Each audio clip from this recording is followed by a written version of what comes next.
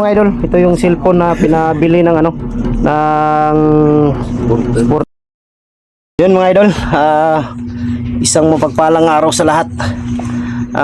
Yun, sa araw na to, pasensya na talaga pero hindi pa talaga ako nakabalik ng bundok dahil yun nga sinabi ko kahapon na tapusin ko muna yung kailangan kong gawin dito sa baba.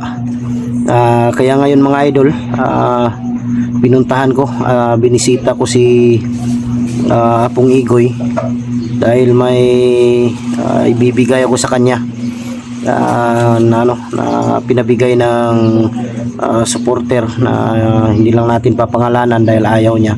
Maraming salamat idol, ito na yung ano mo. Maraming salamat sa iyo, napakalaking tulong to para kay Apong Igoy. Alam ko maging masaya si Apong Igoy nito ngayon. At mega love shoutout sa inyong lahat, sa lahat ng mga solid supporters natin, sa lahat ng mga silent viewers, sa lahat ng mga OFW. Mega love shoutout sa inyo, kapatid nating mga Muslim. Mega love shoutout sa inyo at kapwa guardians, Brotherhood Incorporated. Mega love shoutout. Kung nasa lahat, ako'y magpapasalamat sa ating Panginoon na sa araw-araw lagi tayong ginagabayan at binibigyan tayo ng mabuting pangangatawan at ihiling natin sa kanya na mailayo tayo sa anumang uri ng karamdaman o sakit para sa ating pang-araw-araw na mga trabaho, lalong-lalo na sa ating mga OFW. Tanging dasal ko, maging ligtas kayo lagi sa inyong mga trabaho, gabayan kayo at protektahan kayo palagi ng ating Ama na lumikha, na sana maging successful kayo sa inyong mga pangarap sa buhay. Siyempre kami na din, lagi kami mag-iingat para sa aming mga misyon, aming mga trabaho. Ang target ko pagbalik mga idol sa bundok, target kong hanapin yung pamilya, mag-ina ni Tikboy. At si Tikboy, walang update ngayon, hindi siya nakapag-chat, hindi nakatawag. Humingi ng tulong sa akin yun, pero pinayuhan ko yun na magtago ka. Kung maaari, huwag kang pakita sa kalaban. Kung may makita ka, iwasan mo na lang para malayo ka sa disgrasya. Hintayin mo yung pagbalik ko sa bundok dahil hanapin talaga kita. Bago ako akyat mga idol, at puntahan ko muna ngayon si Lolo dahil kasama ko si Kidlat. Kailangan, dahil nakiusap siya na kailangan niya magpagamot kay Lolo para lumiksi yung katawan niya. Pupunta rin ako kay Lolo dahil yung biik na binayaran ko, yung 3 biik, hindi ko alam kung bakit nagbago yung isip ng may-ari. Hindi na niya tinuloy dahil nakiusap daw yung mga anak niya dahil gagamitin daw nila sa darating na Pasko. Kaya sabi ko sige, maghanap lang ako ng iba kung saan ako makabili, pero yung pera nandito, hindi ko naman pwedeng gamitin to, hindi ko pwedeng gastusin to dahil dito akin. Salamat ako kay Ate Takashi Mercy. Maraming salamat ate. Huwag kang mag-alala ate, nandito yung nandito yung pera, hindi ko ginalaw to. Kahit hindi ko kinunan talaga dahil dito para sa akin. Yan, abangan nyo na lang yung update na paggamot ni Lolo kay Kidlat mamaya. Dahil pagtapos dito sa bahay ni Apong Igoy, didiretso kami kay Lolo. Yan, kasama natin si Berto, Jinky. Si Kidlat mga idol dito. Siya yung nag-intro ng tawag dito. Siya yung nag-intro sa cellphone ni Berto dahil nakiusap siya sa Berto dahil baka daw hindi na daw niya alam ba kung paano magsalita. Walang iya tong taong to. Nag-CR doon sa CR nila Igoy, hindi na sinuot yung jogging pants. Ubusan siguro ng ba? Ha? Ubusan. Siguro walang brief to. Tignan natin. Wag tayo restrict tayo sa strict. Yan mga idol, nag-CR doon sa CR Laigoy. Paglabas, wala nang jogging pants. Kanina may jogging pants to. Binuhusan. Uy, kunin mo yung jogging pants mo. Baka may mag-CR na iba. Pagkamalan yung basahan. Trap po yun. Ganito talaga siya, kahit sa bundok. Nagsi-CR sa malayo. Pagbalik, wala nang jogging pants. Bata pa naman pero makakalimutin.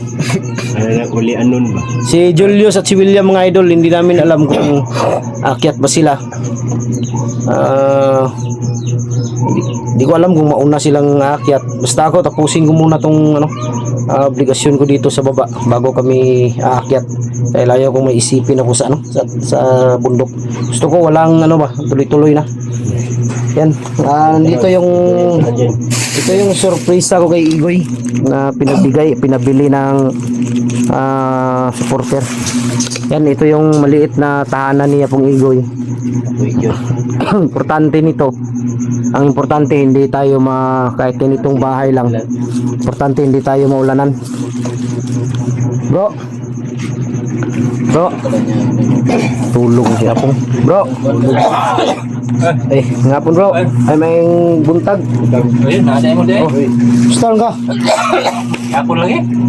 Nasugatan na mo si Pao ba? Oh, nagkakuro mo to ni. Oo. Si Pao pala mga idol, nandito pala si Pao dahil nag-aalalay kay Apong Igoy. Nasa lubong namin kanina, may pupuntahan daw sa bayan, may bibilhin daw. Gusto ka Dre? Pong. Yapon lagi to. Kinuya yapon lawas ba? Nasi kwan, kidlat ka ba na mo? Ana si kidlat ya. Kidlat. Play Dre. Ready dong. Ay dugay na may wala nakita ni. Ang gani. Kidlat ba? Wala mo ko eh. Sumama gusto niya magkikita Gusto daw niyang magkita kayo. Ulit. Goy. Matagal na daw hindi kayo nagkita, mga ilang buwan na. Upo ka, ilay ko ka bisita. Ang galing mo yung sumbiro mo para Ilang buwan na kayo hindi nagkita po? Ha? 3 months. 3 months na? 3 months, 2 months. Bukat pagka Sakit na sana. sakit niya, nakupot, nagkuha na akong lawas. Eh mga idol sa hindi nakakaalam, si Kidlat at si Apong Igoy noon mga idol, tayo hindi nakakaalam si Kidlat at si Apong Igoy noon. Ano to sila, mga bodybuilder. Sa'yo na nagkatawan ba? Tawa na. Hindi, biro lang yung mga idol. Goy. Si Apong Igoy mga idol, ano to? Nagkasakit. Hindi pa totally naka-recover yung kanyang katawan kagaya kay Kidlat. Dahil sa ano to ba? Dahil sa pagiging commander nila noon, nakuha nila sa bundok yung sakit ba, tapos pag baba na, nagbagong buhay yun, tinamaan ng sakit. Kaya ulan init yung sa lubong nyo doon, ulan init, tapos bihira lang makakain. Hindi lang makakain. Yun ang sabi ni Kidlat kahapon. Kaya mabuti na lang pero hindi pa talaga recover na kailangan pa talaga pahinga ng mahabang ilang buwan na lang. Gagaling na to sila. Gusto na nilang bumalik sa bundok mga idol, kipagbakbakan ulit sa bandido, pero iniisip nila yung kalagayan nila ba sa katawan nila. Ako'y kuanre Pong, naigipakuan sa supporter ba? Ipapalit para sa imuhan Badala. Ayun, salamat. Kay wala biya kay cellphone Kay nadaot mo na yung cellphone ingon si Pao. Yan mga idol, ito yung cellphone na pinabili ng ng supporter. Buksan mo lang Pong. Wag ka lang kumpiyansa Pong. Baka gawin ni Kidlat. Mga idol, ako pala yung nakikiusap mga idol sa lahat po ng sulit supporters ko dyan na may mga maluluwag na puso, may maluluwag na bulsa, na yung bakante lang ba, yung may sobra. Si Kidlat mga idol, yung cellphone niya nasira na dahil na pinahawakan doon niya sa anak niya. Alam niyo naman ng bata, basta pag sinawayan magagalit talaga yan dahil bata. Tinapon daw kaya nabasag. Hindi na talaga maayos Kidlat. Hindi na Yung LCD niya yung CD. wala na, sira na talaga. Sira talaga. Sige lang, baka may maawa din magbigay para sa iyo dahil kung mag-alala dahil ang ano kasi namin na kailangan masiguro yung gamot mo. Gamot talaga yung importante. Doon ka banda, pagka biglang tatakbo si Berto, mawala yung cellphone.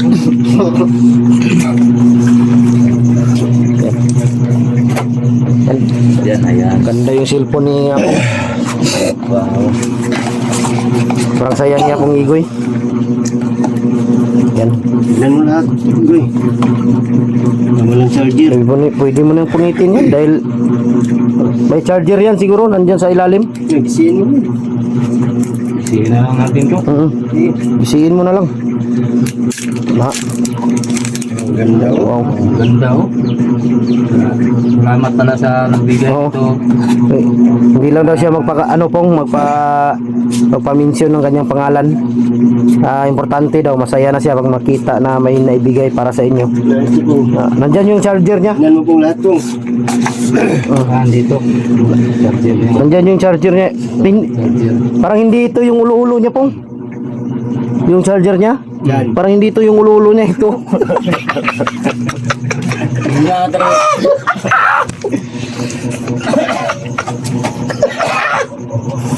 Alam niya. Matagal tayo hindi nakita pong ba? Oo. Pati si Kidlat. Salamat nga ako dahil bumisita doon sa bahay. Iyon mo daw, boy. Hindi, nakauna yan. Hindi daw, yun mo daw. Wala ko yun. Oo, nakauna. Yan mga idol. Ang ganda ng cellphone ni Apong Igoy. Basta, ano lang, Pong, kaya Kidlat din. Huwag niyo munang pilitin kung hindi kaya ng katawan. Huwag muna kayo mag-explore. Mag-explore lang kayo Pong kung kaya ng katawan po. Huwag niyo nang pilitin. Dahil, Sa ngayon, hindi pa ako maganda yung camera din, no? Ganda yung No? Maganda din yung camera mga idol. Oh. ano pang I-play mo lang yung camera. Yan. Yan, maganda din, no? Quality din. Di, bigay mo yung Kapong Igoy, baka malagay mo yan sa ano, bag mo. Baka mapalitan mo yan ba? Kaya nga. Si Kidlat, hintay lang Kidlat. Baka may magbigay din sa'yo. Ha? Para makabalik ka na ng explore kung babalik ka. Pero kailangan parang nanibago si Apong Igoy ng cellphone. Tagal ako hindi nakahawak ng cellphone. Yung cellphone niya nung hindi pa yun nasira. Yun ang unang cellphone na ano ko sa kanya. Oo, matagal na yun, mga ilang taon yun bago nasira po, no? Tagal na yun. Pero sira yun po. Ano na basa ng Basa sa ulan. Laging umulan sa bundok. Nag-explore na basa. Malaglag yun, malaglag. Kaya hindi na Yan, ingatan mo yan pong. kailangan okay, para mapunta ko yung asawa ko ba? para makontak mo yung asawa. Tawa mo rin. Yung asawa ko wala din siyang cellphone. Di ba yung asawa mo pong nandun sa ano sa lugar ng kanyang Oo. pamilya? Sa kanilang lugar. Mabuti na lang nandito si Pao para kung mag-usap kayo ng asawa mo, makapag-usap kayo dahil may cellphone naman yung si Pao. May cellphone naman siya. Tapos si Kidlat, hindi ko alam kung basta sabihin ko lang sa'yo, Kidlat, na pagaling ka muna. Subukan mo lang yung charger po. Huwag ka munang makyat ng ng alanganin dahil ano yan sa katawan ba. Yan mga idol, masaya ako dahil nagkita-kita kami ulit. Dati kong mga kasamahan na naging bahagi sa Mount Banwag. Sila yung may hawak ng Mount Banwag noon. Kaya Tarin mo. Berto, puno na tayo sa motor ngayon. Paano to si Jinky? Ano sasakay? Lagay lang sako. Tali sa likod. Hiramin mo muna tong kabayo ni Igoy. Dito na sa sakyan eh. Ginti mga idolo. Lagid. Makan na. Di, okay yan? Kasi wala. Baka dyan. Baka dito. Okay. Iiban mo. Idiin mo. Hindi mo. Boss. Maaon niya, patong balik si Kuan Pong. Si Pao. Hapon. Niya patong hapon. Kay layo man. Kuan mo itong tambal lagi sa kuha. Naghanap pa daw yun ng pang bili ng gamot. Kuan mo niya kuan. Kaya ko, din yung ko kalagaw ng upuan. Malayo. Kasi Hindi na katawan. Hinihingal. hinihingal ako. Kagaya ni Kidlat, pag lumalakad lang ng ilang metro, hinihingal na. Tumatayo pa rin. Ha? Tumatayo pa rin. Oh, pero yung junior na tumayo. Laging strong. Lagi daw nagagalit. Gabi nga Yan, nagtapos. ulitin ko. Idol, maraming salamat sa ano. Ito na yung pinabili mo kay Apong Igoy. Maraming salamat talaga. Napaka laking tulong to para kay Apong Igoy kahit hindi pa muna siya mag-vlog dahil kailangan niyang makontak araw-araw yung asawa niya at anak. Dahil malayo yung asawa niya ngayon, nandun sa lugar ng kanyang mama at papa. Hindi lang namin banggitin yung pangalan kung saan yung lugar dahil mahirap na baka ano ng kalaban. Pero huwag kayong mag-alala dahil pagpasok namin dito hindi naman namin kinunan yung labas dahil sa pagpasok talaga dito lang sa loob. Yan, maraming salamat. Bro, maraming salamat bro. Sa ano tayo sa papasalamatan talaga natin yung Panginoon yung nasa taas dahil tayo ginawa lang tayong instrumento, ginawa tayong tulay ba para makatulong tayo sa iba. Salamat din tayo sa mga walang sawang nagsusuporta sa atin. Basta huwag kayong mag-alala bro kung may magbigay na para sa inyo kahit pangbili lang ninyo ng gamot, pagkain, basta kung meron saan nyo magkakarating sa inyo yan. Yun, maraming salamat. God bless ating lahat. I love you all.